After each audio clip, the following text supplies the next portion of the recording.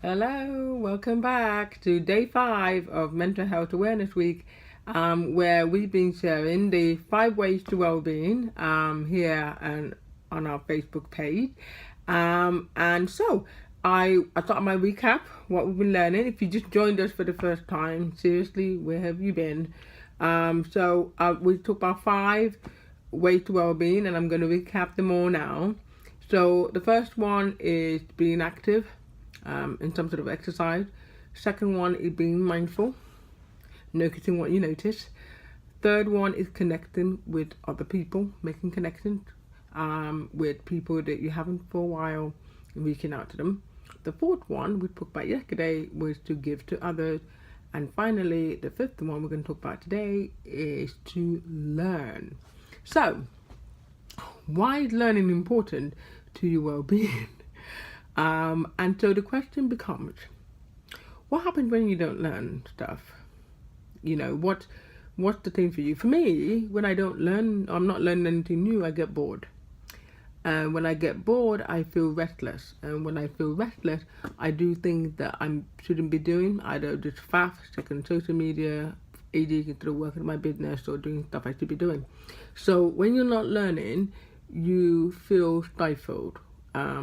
Your brain needs to learn new things all the time for it to exercise its muscles. It's just one of those things that happen. So you might think, well, how do I not learn anything new? If you've been in a role or a job or something for a while where you kind of know what you're doing, you've settled in it, which is why people get restless when they want promotion. Sometimes the promotion, it's easy to think the promotion is about earning more money and having more responsibilities and stuff like that, which is great, but usually it comes down to the fact that it allows us to stress ourselves a bit more, because that's what we need to feel good. It increases our confidence when we learn something new, and it allows us to solve problems because we've learned a new way of doing something. So that's why learning is important. So it doesn't have to mean going back to school or anything, or going back to study a whole new degree or something like that, unless you want to. But it could easily just mean learning something simple, something that adds to what you do on a day-to-day. So, for example, if you were in a job where you want to be able to grow and do new things, you might go on a new course or read a new book about leadership or something, so you can manage your team better, that kind of thing. So it could be something as practical as that for work, or it could be something where I just want to learn how to work my iPhone better, because there are plenty of tricks that does, but I don't know them.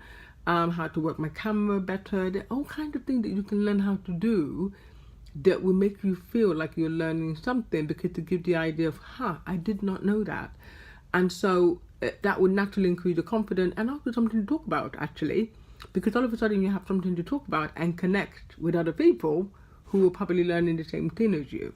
So that's one of the reasons why learning something new is important to your well-being. So, like I said, how do you inject it into your day-to-day easily that doesn't feel overwhelming?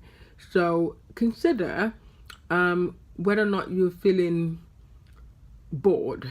So if you're bored and with what your day-to-day, then that's a really good chance that that's what you're lacking in. And therefore I want you to consider what kind of things that you might easily do to make you feel like you're learning something. So there we have it. We come to the end of the week, where we've been celebrating Mental Health Awareness Week and the 5 ways to well-being as a mini series to get you started implementing some technique into your day-to-day. So I hope you found this useful, and you'll be able to implement it as you go along in the next coming days and weeks. So if you'd like to know more about about the 5 ways to well-being, or indeed just well-being and productivity coaching, and you want to know more about how you might be able to work it into your lifestyle, depending on what you got going on there, then by all means, please contact me for an assessment and a consultation call, and then we can see how we might be able to help you. So, I am Obehi Alafoje, and I'm a psychologist and stress management coach with Aurora Wellness, and it's been lovely having these few days with you. See you next time. Bye.